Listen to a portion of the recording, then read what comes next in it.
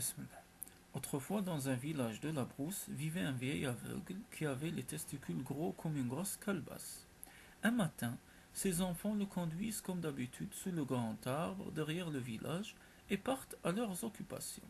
Vers le milieu de la journée, un épervier pourchasse un margouillat qui vient se cacher sous la grosse calebasse du vieux. L'épervier dit au vieux: Si tu me livres le margouillat, j'ouvre tes yeux.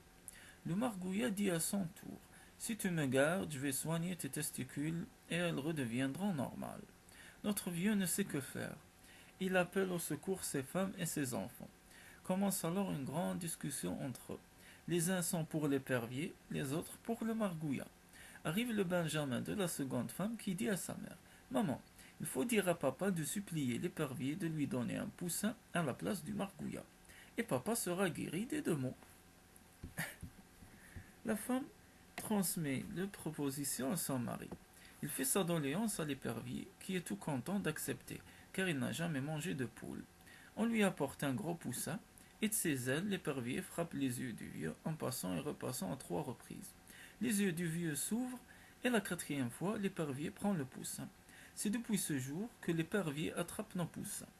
Le margouillat fait aussi son travail, et la grosse calebasse disparaît d'entre les jambes du vieux.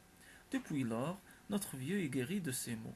C'est depuis ce jour que les derniers nés sont aimés et dorlotés plus que les autres enfants, et que les petites femmes sont le plus souvent préférées aux autres.